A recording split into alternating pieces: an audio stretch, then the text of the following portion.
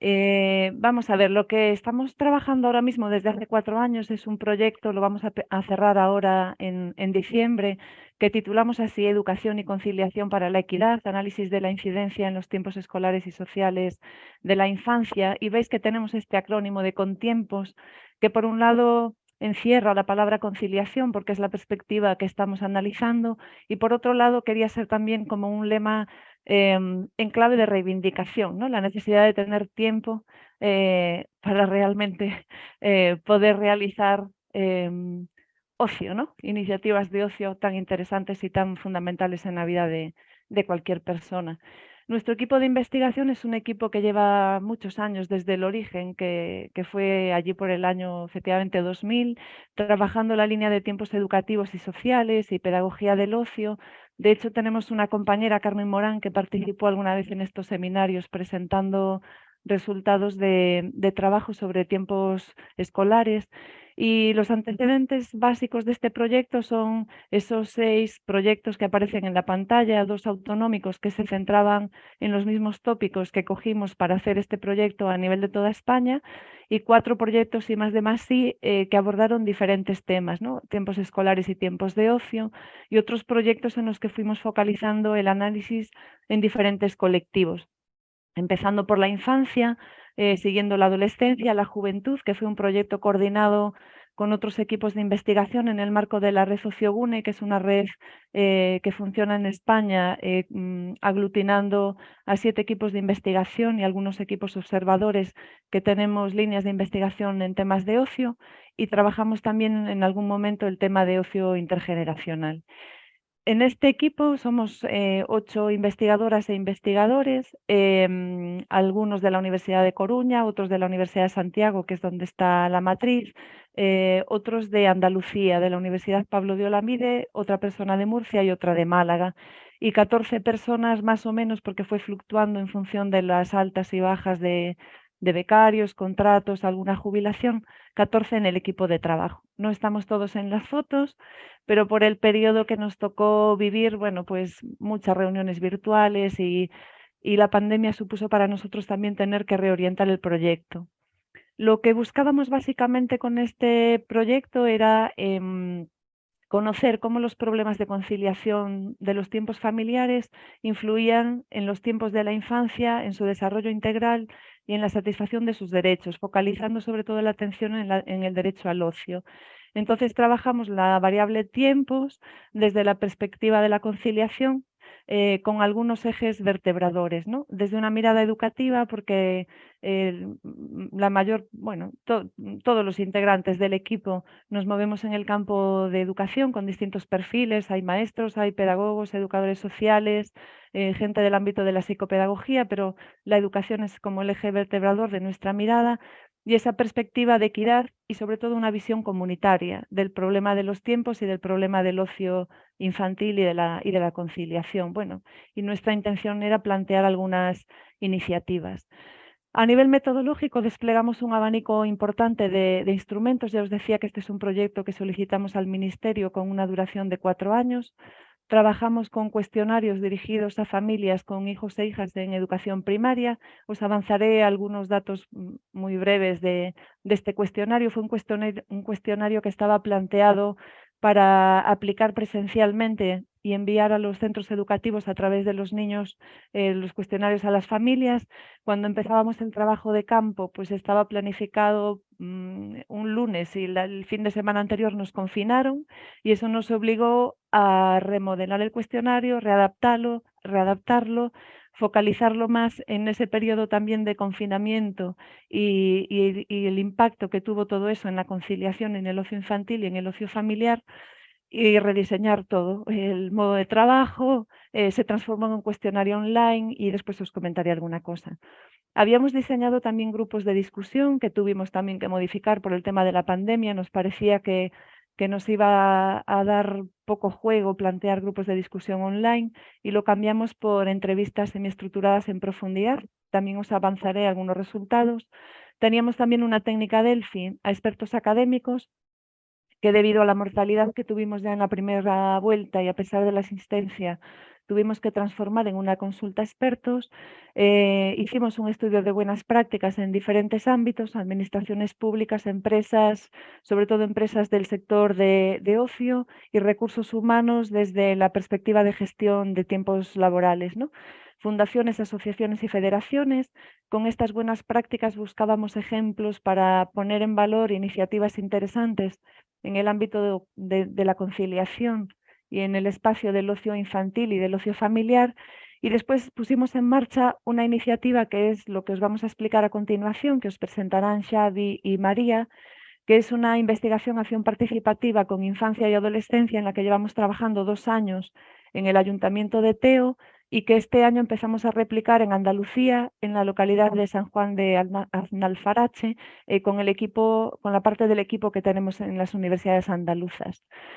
En relación al cuestionario, bueno, simplemente comentaros que tenía la parte básica de datos personales, un bloque de preguntas sobre conciliación y otro bloque sobre tiempos libres y tiempos de ocio infantil y familiar, que debido a que lo tuvimos que aplicar online respecto de la muestra teórica que habíamos diseñado, hubo una serie de modificaciones, ¿no? Conseguimos 1.309 cuestionarios válidos, lo que supone un error muestral del 2,7% y un nivel de confianza del 95%.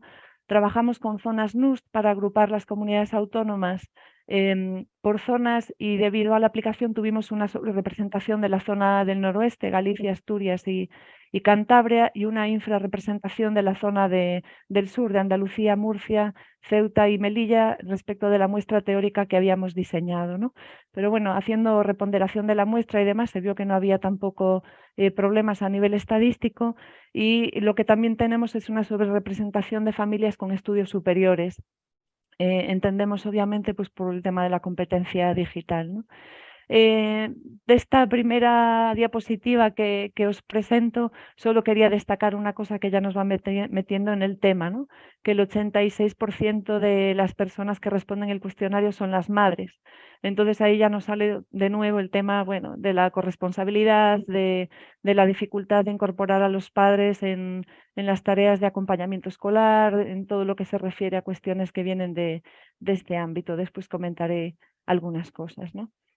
A nivel de resultados, lo que queríamos destacar por un lado es el impacto tan grande que tuvo el confinamiento en las problemáticas de conciliación, ¿no? Veis aquí en la gráfica que casi el 50% reconocía que su situación a nivel de conciliación había empeorado durante el periodo de confinamiento.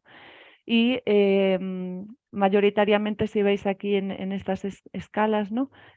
Todas las familias apuntaban a la insuficiencia de tiempo personal, a la renuncia de tiempo personal, a las dificultades para conciliar.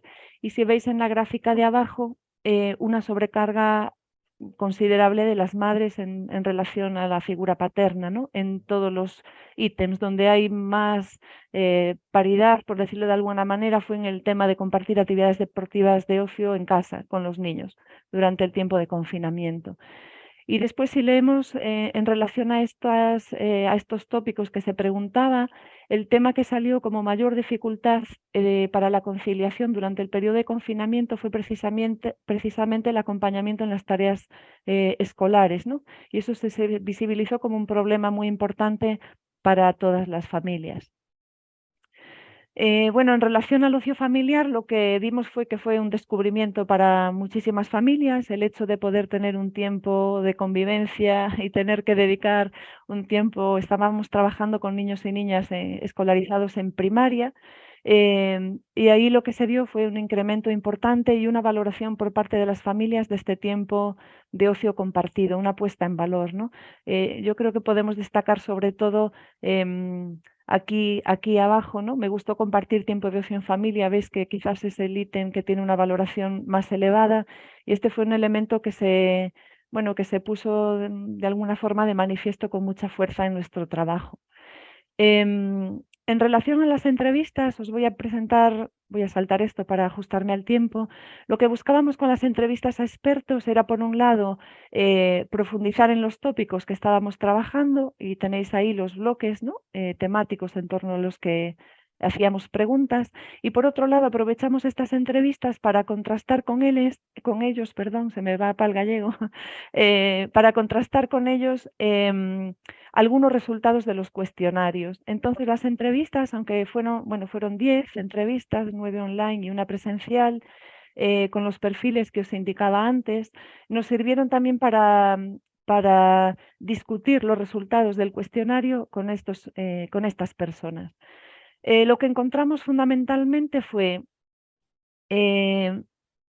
cómo el tiempo de confinamiento y el tiempo de pandemia visibilizó y agrandó muchísimas brechas que ya estaban presentes a nivel social, ¿no?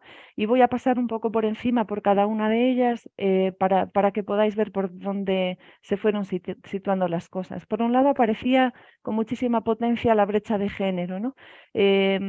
La lentitud en los avances en la corresponsabilidad en estas familias con niños y niñas en escolarización primaria. Muchas de las personas informantes coincidían en que los avances que se van dando vienen de la mano de la educación, de procesos formativos para intentar superar estereotipos de género, avanzar en temas de corresponsabilidad y que el cambio no era generacional, ¿no? En los entornos laborales, escolares, representantes de AMPAs que también entrevistamos, percibían un poco en su entorno que los cambios que se iban dando venían más por el nivel de estudios y la formación de las familias que por ser joven o mayor, ¿no? Las tareas de acompañamiento escolar y de cuidado siguen recayendo mayoritariamente en las madres y como veíamos antes en los resultados del confinamiento y las personas entrevistadas también apuntaban por aquí, el confinamiento tuvo un efecto negativo en la corresponsabilidad, sobrecargando mayoritariamente a las mujeres. La brecha digital fue otra de esas brechas tremendas que se abrió con el tema de la pandemia, que ya estaba y que se ensanchó. Y desde la perspectiva que nosotros analizábamos en la investigación, lo que vimos fue cómo la teledocencia, por denominarla de alguna manera, intentó trasladar la disciplina y las rutinas escolares a los domicilios, cuando los domicilios no estaban preparados para eso, ¿no? Y se trasladó a las familias sin el suficiente apoyo la asunción de la responsabilidad del acompañamiento de todas estas tareas, ¿no? Las personas entrevistadas coincidían mayoritariamente en que en general la escuela no estuvo a la altura. Se siguió insistiendo en desarrollar el currículum como si nada pasara y se siguió trabajando mayoritariamente como si lo único que hubiese cambiado fuese que en vez de estar los niños y niñas en la escuela estaban en sus domicilios, ¿no? No se aprovechó ese espacio para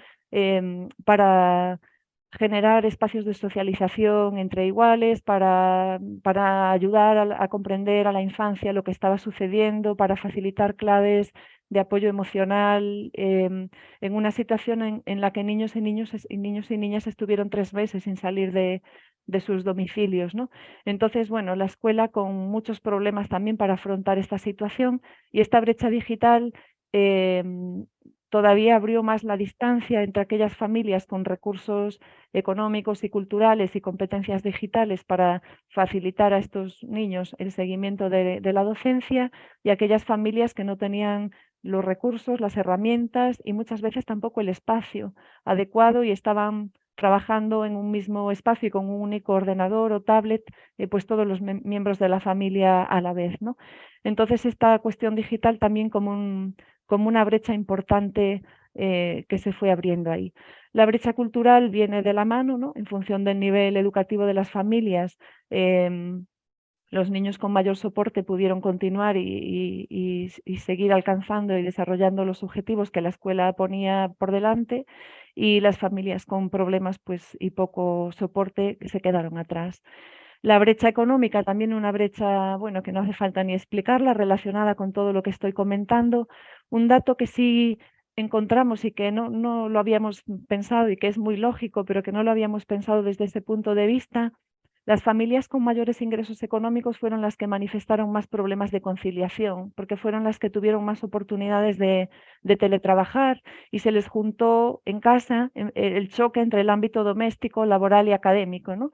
Familias que habitualmente tenían contratado soporte pues o a través de actividades o a través de alguna persona para atender a los hijos, se vieron teniendo que atender el trabajo, los hijos, la familia, todo a la vez en el mismo espacio y y los recursos económicos en ese momento no les servían para resolver los problemas de conciliación, ¿no? Los puntos negros de conciliación que se señalan básicamente en las entrevistas y también van apareciendo en los cuestionarios son la rigidez de horarios escolares y laborales, que es un tema en el que, bueno, no solo nuestro equipo, sino también varias personas que estáis ahora conectadas también estáis trabajando, ¿no? Y también la falta de compromiso de las administraciones con la activación de políticas de conciliación eficaces, que entiendan la conciliación no como generar espacios para aparcar a la infancia y poder seguir trabajando y produciendo, sino entendiendo la conciliación como el derecho de las personas a hacer compatibles las diferentes esferas de la vida para poder desarrollarse como personas y participar en la comunidad de la que forman parte, ¿no? Ese es el punto de vista desde el que nosotros trabajamos. Y la última brecha muy fuerte también la territorial, ¿no? En los contextos rurales lo que vimos fue muchas dificultades a nivel digital, de cobertura, de wifi, de tener los soportes técnicos y los recursos y las competencias digitales, pero mucho menos impacto de la pandemia desde la perspectiva de que todo el mundo tiene su espacio de terreno al lado de casa, podías hablar con la vecina desde la valla, mucho mejor a nivel de socialización, pero con muchísimas dificultades a nivel de la gestión del apoyo escolar y del ocio infantil en ese momento, ¿no? Entonces, para ir cerrando ya mi intervención y dar paso a las preguntas que queráis hacer o si preferís seguir con el tema de la experiencia en TEO, algunas reflexiones que suscitan lo que vinimos trabajando es, por un lado, el incremento del ocio familiar en el tiempo de confinamiento, sobre todo, y la necesidad de blindar estos espacios que se ven valiosos, ¿no? Un tema súper importante que nosotros venimos reivindicando desde hace muchos años, la infancia, sobre todo estos niños y niñas de primaria, descubrieron en el confinamiento un tiempo libre sin pautar, porque de repente dejaron de tener actividades extraescolares, academias, y esto fue un descubrimiento maravilloso, en positivo, ¿no? La posibilidad de tener un tiempo en el que poder hacer lo que realmente te gusta y que puedes transformar en ocio auténtico, sin tener que andar corriendo de un lado para otro. ¿No? Y los niños y niñas ponían en valor también este tiempo libre sin pautar y las personas entrevistadas también lo ponían de manifiesto como un valor y como algo que habría que potenciar, cuidar y poner y seguir mimando, ¿no? Se visibilizó la adolescencia como el colectivo más afectado, ¿no? En un momento de la vida en la que necesitas irte despegando de tu familia, reforzar el grupo de iguales. El confinamiento fue, bueno, un mazazo brutal, ¿no? Un incremento muy claro del ocio digital, con sus luces y sus sombras, y en los contextos rurales el ocio, bueno, y desde lo urbano, la visión del ocio en la naturaleza como un descubrimiento, ¿no? A nosotros nos parece que en general em, percibimos como mucho interés y mucho deseo de volver a la vida de antes sin ninguna reflexión y sin pararnos a poner en valor algunos aprendizajes como los que antes compartía con vosotros, ¿no? La necesidad de cambiar los marcos legislativos, de plantearse de verdad la flexibilización de los tiempos, de entender la conciliación desde la perspectiva que os decíamos, repensar el tema de las TICs como un recurso para acompañar la socialización de la infancia, pero generando otros espacios, ¿no? de ocio presencial.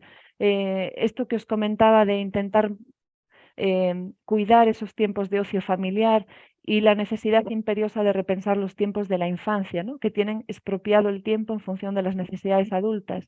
Reclamar esos tiempos y esos espacios y entornos de socialización sin actividades programadas, como lugares de encuentro. Y ahí entra también esa perspectiva comunitaria, ¿no? La importancia de generar espacios públicos seguros, amables con la infancia y que permitan su participación. Bueno, corrí muchísimo para adaptarme al tiempo que me decíais. Os quedan ahí nuestros correos electrónicos y la página web del proyecto. Y bueno, si os interesa y tenemos tiempo después para profundizar algo o alguien que quiera después contactar con nosotros fuera de este espacio. Yo quería, bueno, darles las gracias también porque, bueno, es un trabajazo, ¿no? El que han también durante, ¿no? Con el problema también del COVID, ¿no? A nosotros también nos pilló en el proyecto anterior, nos pilló el COVID, pero nosotros estamos analizando Qué datos suerte. del 2009-2010, que el COVID, te quiero decir, no les afectó, ¿no?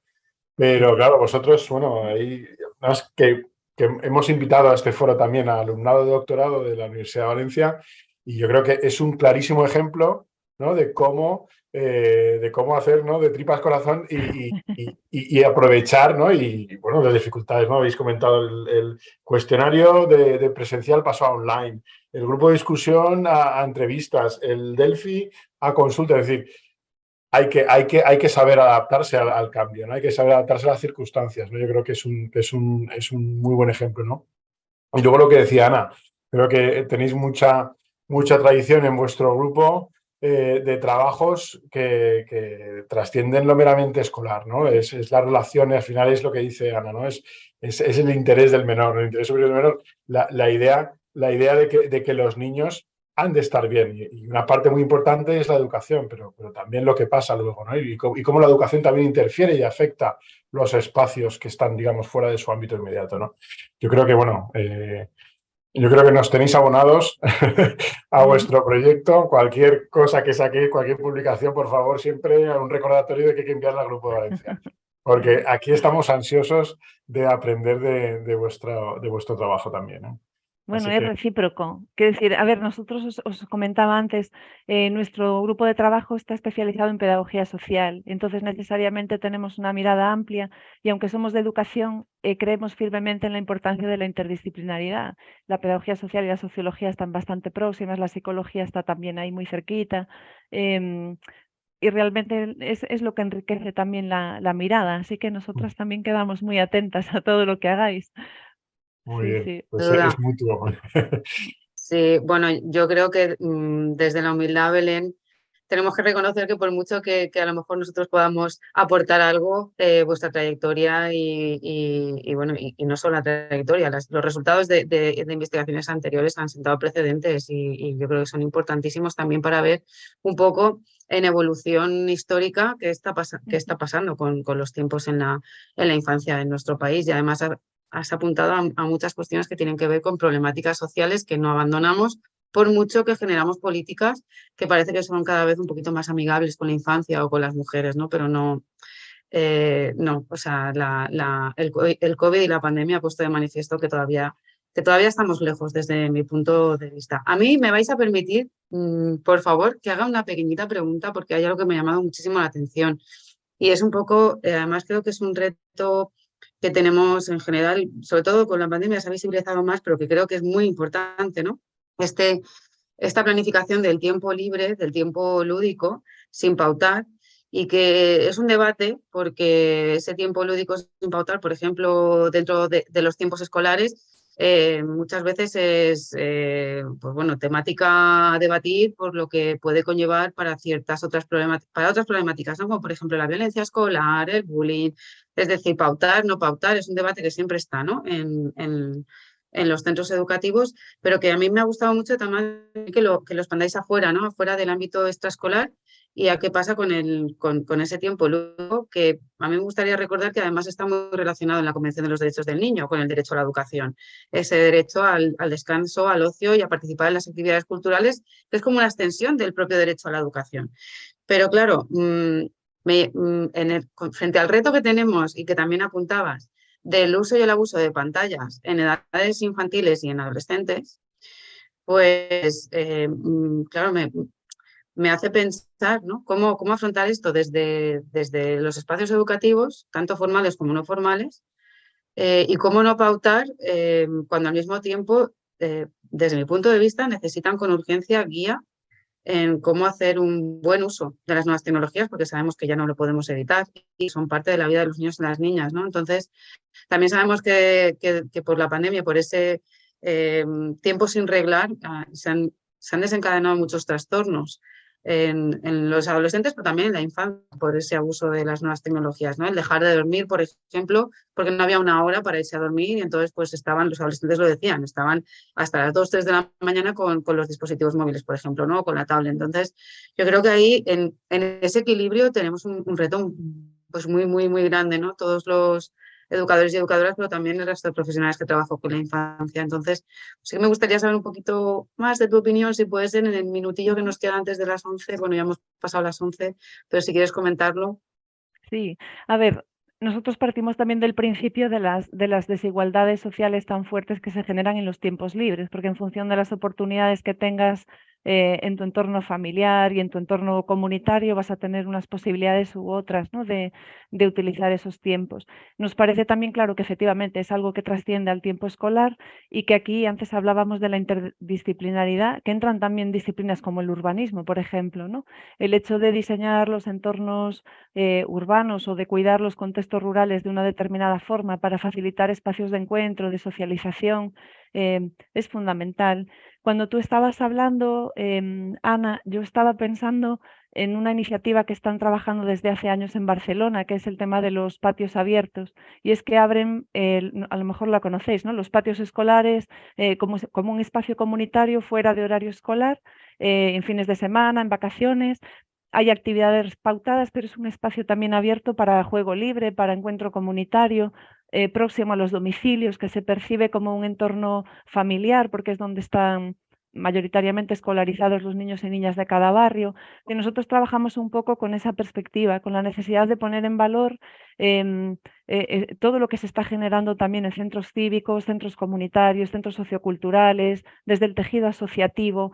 Trabajamos un poco con esa mirada de trabajo en red a nivel de comunidad, intentando cuidar estos tiempos y poner en valor tiempos a libre disposición, ¿no? Os comentarán después Xavier y María, bueno, que están haciendo sus tesis. Decíais que están conectados alumnos y alumnas del programa de doctorado. Ellos están en nuestro programa de doctorado y muy implicados en esta iniciativa de TEO. Veréis que una de las reivindicaciones, en este caso en TEO se trabajó más con el foro de participación infantil y adolescente y hay más presencia de la mirada adolescente que infantil, ¿no? Pero una reivindicación clara, luego lo comentarán ellos, son precisamente espacios en los que se puedan reunir para gestionar su tiempo y compartir su tiempo. Y puede haber o no haber un educador, puede haber una figura de acompañamiento, pero lo que nosotros reivindicamos es tiempo sin pautar, sin muchas actividades extraescolares que se venden como de ocio, no dejan de ser una prolongación del currículum escolar, ¿no? Y realmente nosotros lo que reivindicamos es romper con eso para realmente no llenar el tiempo libre de actividades, sino tener las herramientas para transformar el tiempo libre en tiempo de ocio, en un tiempo que sea satisfactorio, que aporte felicidad, que aporte posibilidades de desarrollo, de relaciones sociales positivas, ¿no? Y esa es un poco la perspectiva. No sé si respondí a tu pregunta, pero vamos un poco en esa Sí, línea. y de hecho además me has ayudado ya a presentar casi a los siguientes ponentes, o sea que es estupendo, Mira, porque Ana, que Elvira tenía la mano levantada. perdón que no me he dado cuenta. Sí. Pues si os parece, aunque ya quedáis presentados, le damos la palabra a Elvira y que... Hola, buenos días. Nada, es muy breve porque ya veo que no salimos de tiempo. Felicitarte, Belén, por la presentación de tu proyecto. Es un proyecto muy interesante y precisamente quería hablar sobre eso, sobre el tiempo de ocio. Es decir, estamos agobiando a los niños con múltiples actividades y desde mi perspectiva, de la perspectiva de la psicología clínica infantil, los niños necesitan jugar, necesitan ocio de verdad. Estamos ampliando, como dices tú muy bien, ese currículum educativo y por desgracia los niños van corriendo de un sitio a otro y luego están agotados y no tienen casi ni ganas de jugar. Es decir, bueno, vamos a dejarles ese espacio, ¿no? Me parece fenomenal, no conocía lo de los patios abiertos, pero me parece una iniciativa digna de mencionar. Nada, simplemente era apuntillar un poquito esto, porque ya, como digo, no me quiero extender más. Luego hablaremos también cuando nos toque a nosotros de la satisfacción, es decir, si les quitamos a los niños ese ocio, ese juego que realmente está relacionado con la satisfacción con la vida, ¿de qué van a disfrutar? Es decir, del trabajo. Bueno, eso está muy bien, que disfruten de sus estudios, pero han de disfrutar de la vida como todos, igual que los adultos, ¿no? Bueno, no, solamente eso. Muchas gracias.